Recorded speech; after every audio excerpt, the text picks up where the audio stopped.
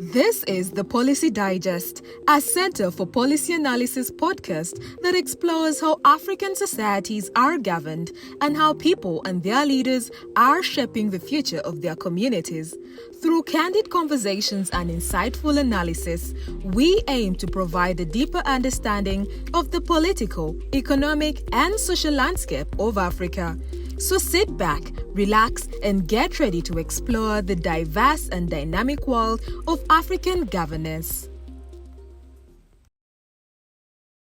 Welcome back. My name is Joseph, and still, this is the podcast series that is doing the process tracing of the march to Parliament. We want to take a stock of the lessons and stories that happened therein. And for this episode, we are joined by one of the people that were involved in the March to Parliament protests, and they're going to share more details about who they are.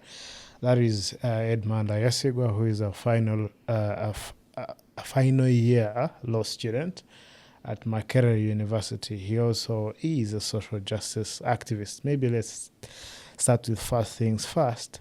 Could you tell us more about yourself and maybe how you get to find yourself at a point where you have to go to the streets? Thank you, Joseph, for having me. Like you introduced, my name is Edmund Ayesigwa. I am a law student at Makerere and a social justice activist.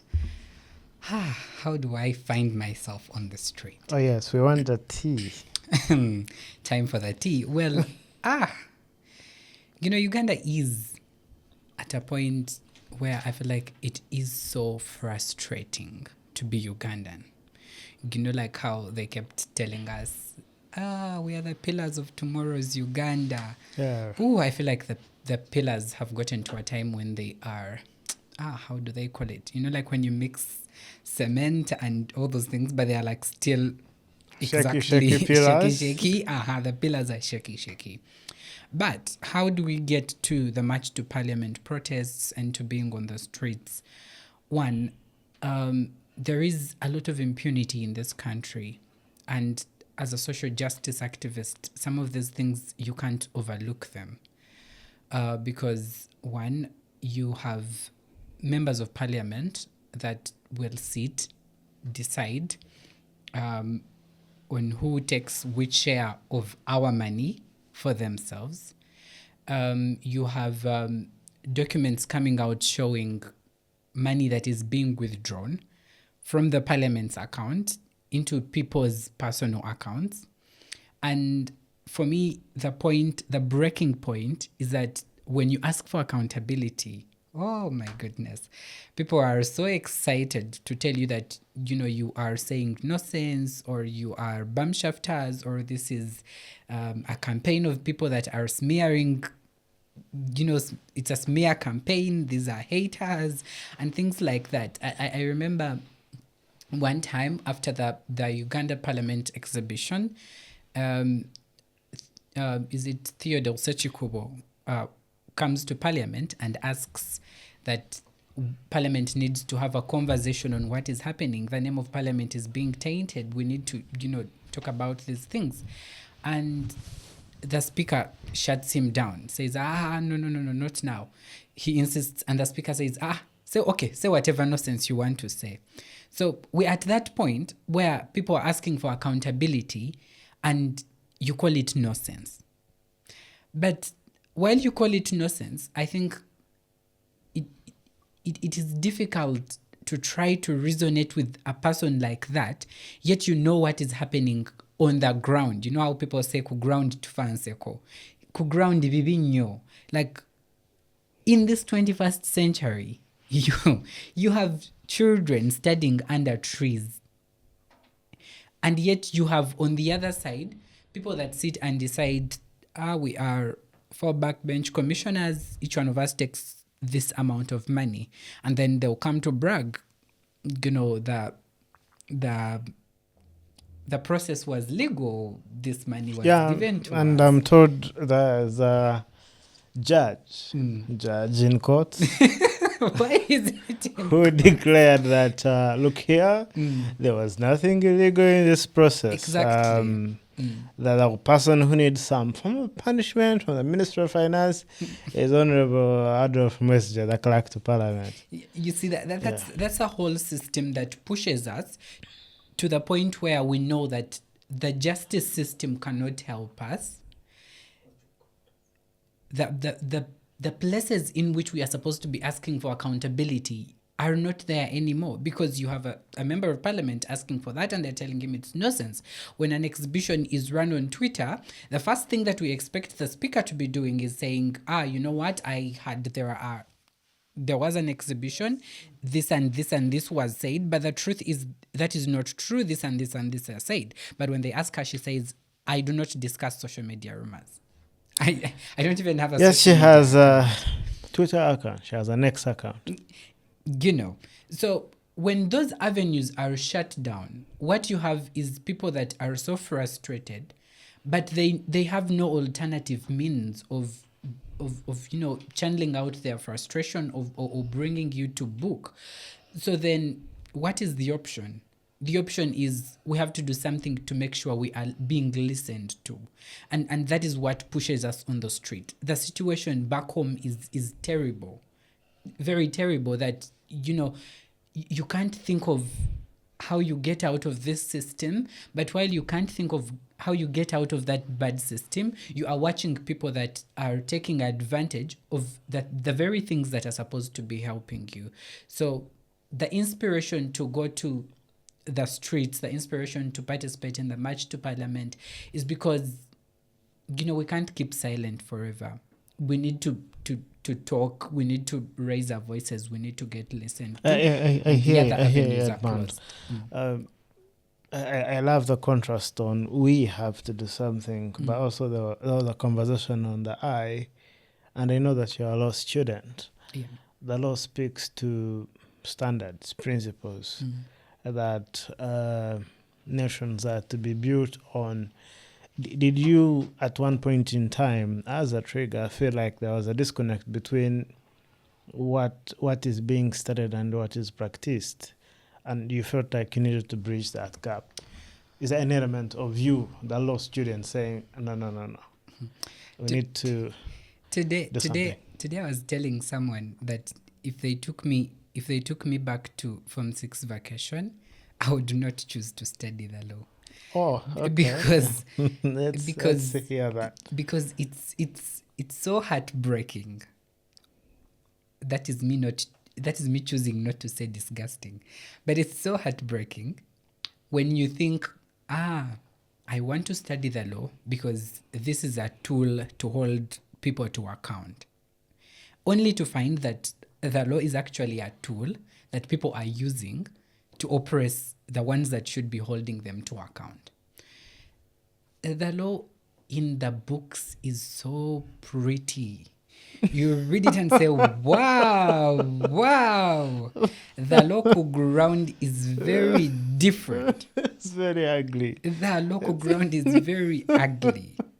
It's a huge contrast. A very huge contrast. Very beautiful on paper. So while you ask that question, it is a fundamental question that everyone was asking. You guys are saying Anita must resign. So if you feel like Anita is doing something wrong or is stealing from the Ugandans, you have a justice system. Why not prosecute her? Why not bring a case against her? I've had that conversation on let's prosecute them. Exactly. Yeah. But the system is rigged. The entire system is rigged because you're asking us to prosecute her. Well and good. But the law is designed to help them. Because look at what the trend has been. You have a minister that is censored. Is it 2007? I'm talking Jim Muhwezi. But even after that, isn't he a minister now? Yeah, super minister. You have people that have had worse corruption scandals than Anita has. But nothing has ever happened to them. I am talking Sam Kutesa. And all the detail of what happened. Nothing has ever happened to them. But also look at what is happening now, for example, with the last members of parliament that were arrested Akamba, Mudeme. Mawanda, those ones. They have now been released on bail.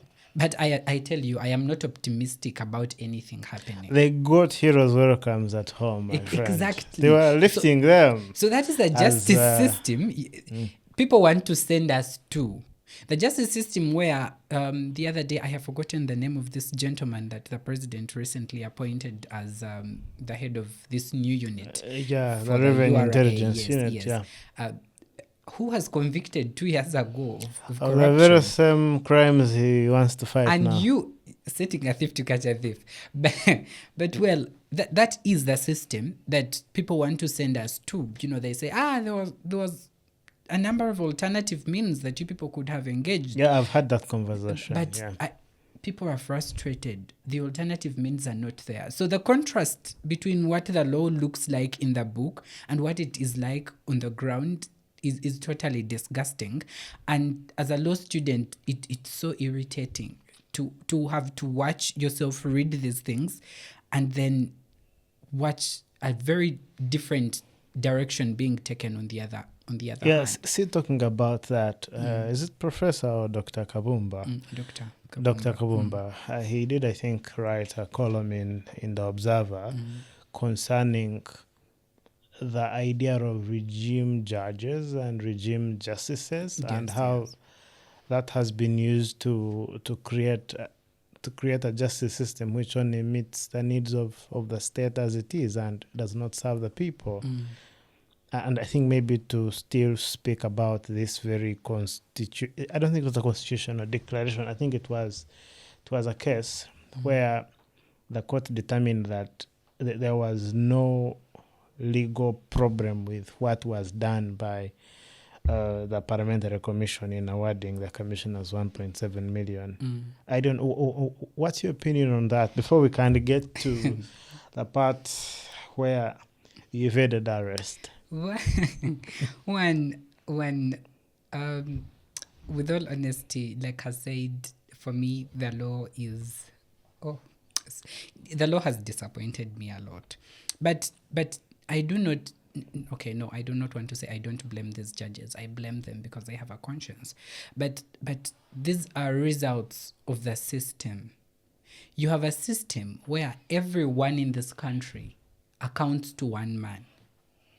And I feel like going forward, there needs to be like constitutional amendments that take certain powers away from the president. Because you appoint the Chief Justice, you appoint all judges, including of the High Court. The only person that he doesn't appoint are the magistrates of the lower courts. But at the end of the day, where do you expect to find impartiality or independence if you have one man that appointed you to, go and work? And maybe sometimes you actually went to him and begged, for you appoint me, I'll work for you. And honestly, that is the system that we are working in. That cadre judges, right? Exactly. You have one man who will arm twist you until you do what he wants to do because he is the appointing authority. So I feel like the consciousness of the judges is not there anymore. Because if you have a judge that will look at these things and say, you know what, this is right, they were given the money, and then still in the very same judgment go ahead to say, but going forward, this is what should happen, the clerk shouldn't entertain such a thing. Why shouldn't they entertain it if you think it's okay, right? Because you are saying, yes, it was legal. And then the next paragraph, you are saying, going forward, it shouldn't be entertained. The mistake was with the clerk. So I feel like there needs to be a distinction that even when laws exist, sometimes the laws are not just the laws. There is that positivist school of thought where people say the law is the law regardless of morals or what, or those other circumstances. But I think that the law in Uganda now is being used as a tool for the few that have held power at the expense of the majority of the Ugandans. And it's so absurd as a law student to sit in a class or await graduation well knowing you're going To into be enrolled this into system. Exactly. a rigged system, I imagine. Very Because, rigged. like you said, that's the opportunities or avenues of getting redress, and the courts of laws are one fundamental way of doing that. And I don't know if that very mechanism is reduced to zero, then that means citizens are left with what option? Waiting for 2026? Even the voting system is It's rigged. I don't know. Which other model exists for redress? Screaming in the morning. They have tried that I already. actually saw someone Yeah. during the protests saying, I've forgotten who it was, and it's a prominent person who was saying, wasn't it Honorable Nsereko saying that, if you think Parliament is not addressing your issues, then wait for 2026. Yeah, I heard stand that. and come I heard that. and come and be in Parliament. Those are the leaders we have. Like, Yeah, you are that's like there. the equivalent of if you cannot afford what? If you can't afford Bread, eat cake. because some you genius are logic there. from With the all Honorable honesty, that Sereko. is the reason we voted you to go and be our voice. But what you are saying is that if you feel like we have not addressed what the problem Come is, to this house. you come and address these issues yourself. That's to dodge the issue at hand, right? The avenues have all been closed. The people we should be looking up to are not there anymore. So it's really difficult, and people have no options.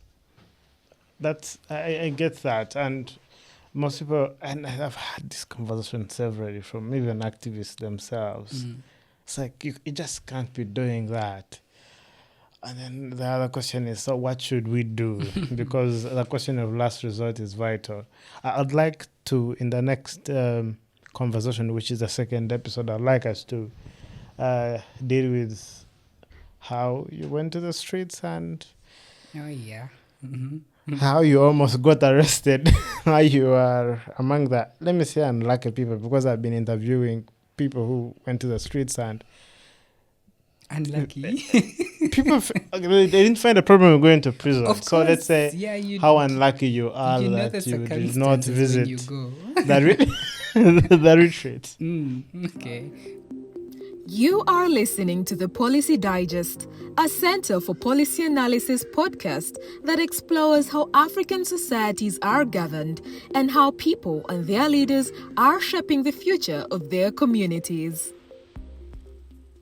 It's the 23rd of the month, and you say today is the day Oh, yes. the Lord has made. That And I will was the day. sacrifice myself as a sacrificial lamb. You know how they say nations are built on dead bodies? I know. Yeah, we were willing to be And the wells dead of bodies. blood. You saw the tweets. Hey, if I don't come back today, please Oh, tell yes, my parents that I tried to save the country. But 23rd was the day. So I had my dummy constitution. I had my black It's shirt. like huge, like Yeah, like I had how big, just like the cover. A3. Yeah, something like A3. I had just the cover. Do you have some pictures Black. or? Oh no, I don't because I actually threw it before when they started running. You're going to. But I had my black shirt with constitutional provisions as protesting as a lawyer. But of course the point was to show that, like we said earlier, when you're going for these things, you know what is going to happen. Oh yes, you know what's Uganda in it is for very you. predictable. So the point was that I wanted to show people that, hey, here is the constitution. Article 29 gives us the right to protest, but here we are, they're taking me. But so we leave home in the morning and we're like, let's hit the street. You threw it away. Had you taken some pictures of it? Of the dummy constitution? No, I can't say I speak to had, that. because No worries, yeah. there was that whole thing of they're going to arrest you guys before the march, especially you people that have been up there mobilizing. I also anticipated it. Your I don't know why it faces- didn't happen. I also don't know. Your faces are out there, so they will look for you. So I remember carrying- you were at chapter 4, I think. Yeah. You were part of those that were recording the video content. Exactly. So before that, they're like, they will arrest you. So when I go to the place where they did the constitution, you don't want to raise suspicion. Oh, yeah. So I covered it. So the entire time it was covered. Hidden somewhere. Yeah. So even the morning I was carrying it and it was covered. So we go to this place. We were at Garden City, and that is where we were mobilizing from. Yeah, guys, we are here. Was that like in the parking yard or in the... No, in the parking Garden yard? City is No. quite huge. Yeah, like inside the malls, inside the mall, there is a place that has a sitting Where area. like the fountains? No, upstairs. Okay, upstairs. good, There is a good. place that has benches, like park benches. Yeah, so we were there. So while there, being in this thing requires you to be intelligence yourself. Yeah. Intelligence. So we realized Tell us. there is a face in here that is not quite familiar, but Then- also the eye they are giving us is They have not come to shop. exactly. You're in a hoodie, you're moving, coming back, looking at us, counting us. What's up? So like, oh, okay, you know what? I think this guy is, He's a security operative. this one is an operative. So I tried to look for a way out. So we go up as with someone, we go up to see if there is another gate that takes us out without passing from the basement. And guess what was at the gate? So the guy moved out before us. Like by the time we said let's find a way, he had just moved down, and I think he had called. His police guys, yeah. The trucks were parking at the gate. Like, guys, we are only like 10 or 15. Why do you need all those 18 trucks? So they are getting in. The journalists are after them. So we're like, okay, if they arrest us from here, no point made. Yeah. No point That's made. too premature. Exactly. The point was that we go out and make our voices heard. So what do? We finally found a way to get out from like backstairs. I think those are used by like staff only. We were passing in kitchens. Yes. Let's walk me through that. So when you realized the when trucks we were realized- here, you went back into we like weren't Mega actually, Standard Supermarket? we weren't actually out. We were like on the balcony. But from the balcony, you can see the gate. So at the gate is where the police officers are Already you and could see them. coming in. So we could see them. So because me and that person had gone to look for a way out, so we signal the others, guys, It's time to... it's time to find Yeah, a way out. Priest told me in the former episode that... So you were part of the cohort that... Yes, I was part Okay. of that one. Yeah, so we find a way to get out of Garden City and move to Centenary Park, this side. Oh, yes, there's a passage from Garden Aha. City to Centenary Park. Exactly, that big door. Yeah. So we pass there and get into Centenary Park. So when we reach, of course, we had resolved that, we don't want to get arrested before we we're make closed. our point. So we're like, you know what, guys, let's just go. After all, we know how it's going to end. It's an Yeah. arrest. So let's go to Parliament and at least make our voices Heard, yeah. heard. So we are walking in Garden, what's the place? Centenary Park. Oh, yeah, sure. There is like a very tiny road that is in between restaurants there. So it's muddy. So we're passing there. But it is a very unsafe spot because if a police car parked behind and another in front, you're gone. dead. There's no way out, yeah. There's no way out. But in that path, it hits us that we can't afford to go to police with our phones because these are phones you've been using for mobilization. And at it could the be end really of the day, you risky. could have said, TJ, join us for the match. Then TJ says, me, I don't want. Then again, they come for TJ. So we try to call someone that is near Centenary Park to come and pick the phones. Pick all the phones, yeah. Yeah, but their phone was off. So the deal is, since the place is near, get a judge, take the phones, find us here. That is me, supposed to take the judge and take the phones. You were the chosen one. Save The unlucky one, like you said. So I carry people's phones. Those are like 10, 15. No, they were like 5. Some people didn't come with their phones. Of course, they knew What was up, yeah. Like, for example, I didn't have mine. Yeah, so I carry these people's phones. And as I'm moving out of that corridor, police is coming. So I immediately enter one restaurant, signal the other guys, so they enter another one. So by the time police moves away, I have to take the phones, but they also can't stay there because it's very unsafe. So it has been exposed, yes. Yeah, so they move to, they advance to Parliament. So I take the phones, reach, and I had the button phone, and this one is, you can't find any information in here. Yeah, it can't do much, yeah. So I try to call back to then it hits me. You actually carried everyone's phone. So on why who are you calling? Up, yeah. So I'm like, oh, there is actually no way to catch up. A few minutes later, I get a phone call. Praise has been taken, Kennedy has been taken, George has been taken. Like the whole squad. And I'm like, do I then do a solo match? But I was so determined, and for me that speaks to the frustration of the Ugandans, that even after they had taken them, I knew another group that was setting off from another place, and I was contacting them. I told them to join them. What time are you guys setting off? They told me we are setting off at 12. I'm like, okay, I am in this place. When you are setting off, call me. I meet you at this place and this place. So, of course, these guys are taking me. I had my phone, so I begin to get phone calls of, you know what, they've taken them to CPS. The best we can do now is that we try to process bond for them, things like that. So we need sureties. Help us find sureties for this one. Help us find sureties for praise. Help us do what? So I was like, okay. Conversation has changed quickly. Conversation changed. I'm the one fast. For whom they should have for been. A minute there, it was, should we march to Parliament or should we march to CPS? So I got now into the find sureties for people. Yeah, thinking they were going to get police bond. Of course, they were there and their lawyers were not accessing them. Yeah, please tell me about that.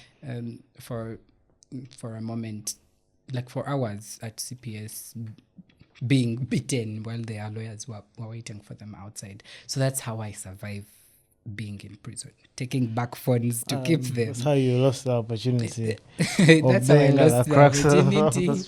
Is it an opportunity though?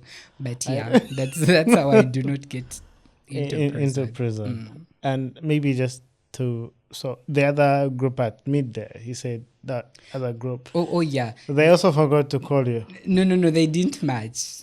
They didn't match. It was a group of lawyers, young lawyers. Mm-hmm. So when things of sureties start, they also changed the agenda. They changed the agenda to looking for sureties, to being at CPS and things like that. And contributing to that. So they didn't match. I had thought that they also I couldn't miss that opportunity. I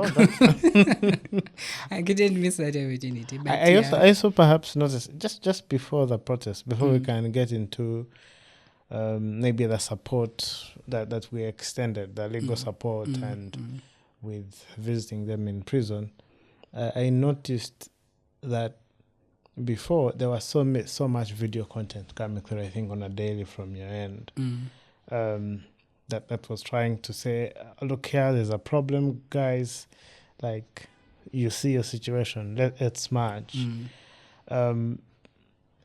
Before those protests, were you engaged in any form of civic education, or you felt that at that moment that was your contribution to the situation, or was it like your baptism of fire into activism when that happened? No, not necessarily like the baptism of fire into activism.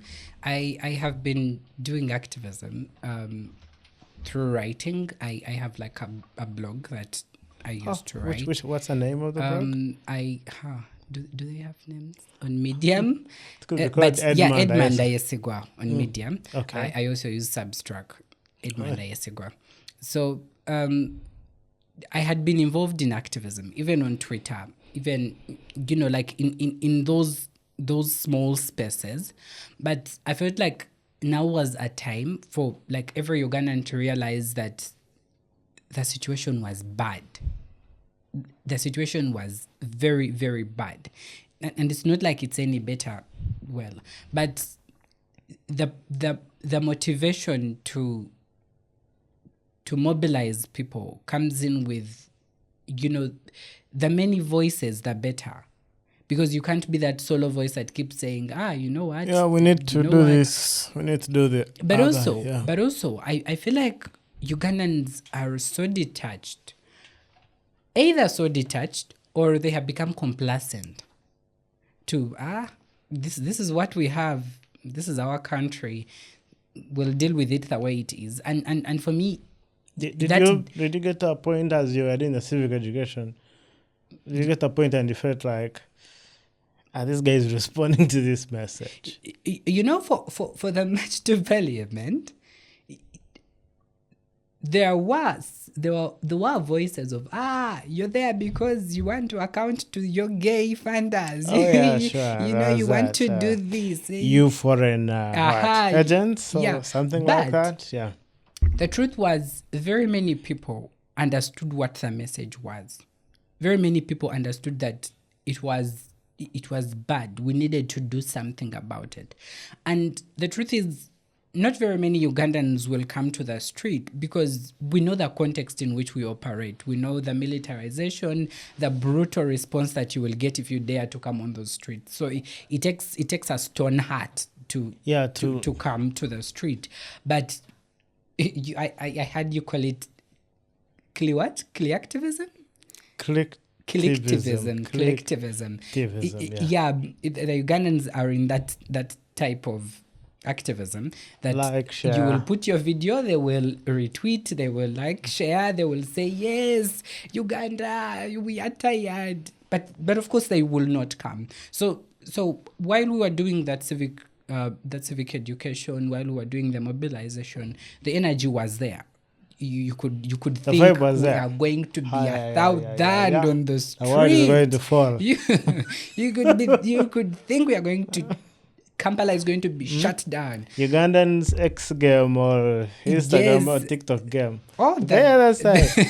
Time for action. The hashtag trended for like a week or so. No, months. You guys started pushing for it like a month before. Exactly. So that the hashtag was trending the entire time. So you would never feel like, Ugandans are not getting it.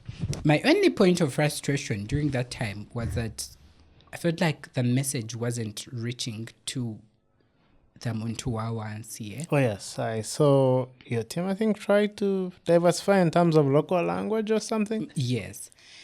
I felt like the conversation needed to shift from the elite, the Tahindukas who think they have a lot to lose. Come on, I am a Morocco person. No. You're putting me in the category of the rich people. Come on. The comparison a local is boy this. From Kabale. The comparison is this. A local boy from Kabale. I cannot be called a yes, an insult. I'm not an elite. My apologies. But jokes aside. Yeah. But the whole point is here. You have a group of people that will say, yeah, we understand what it is like in the country and what it should be like in the country. Sure. But I can't come to the street because I have just graduated with my law degree. Now if they shoot me, or my son is just in P2, who will take care of my son? Or I have just landed this job. Now it's a fine paying job, if I've landed the prospect is good.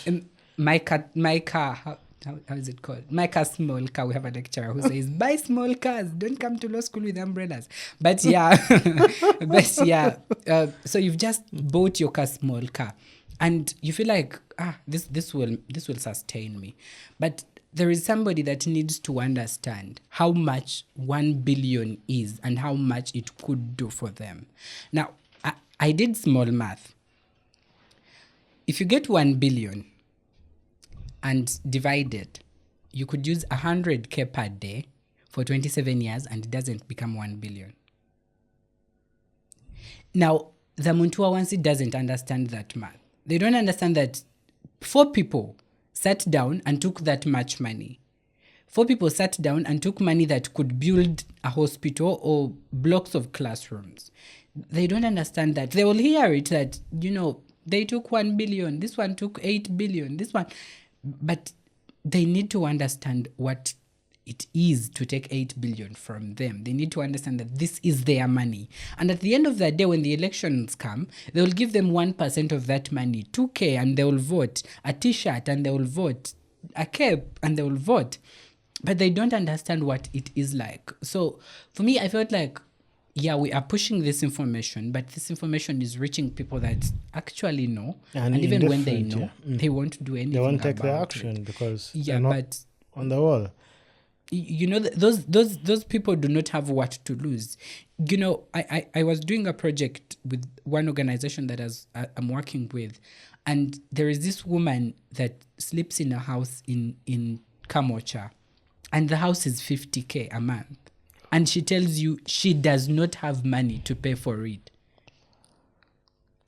50,000. And people in villages have kids in school that pay 35K, but they still chase them for school fees. Like, it's bad down there.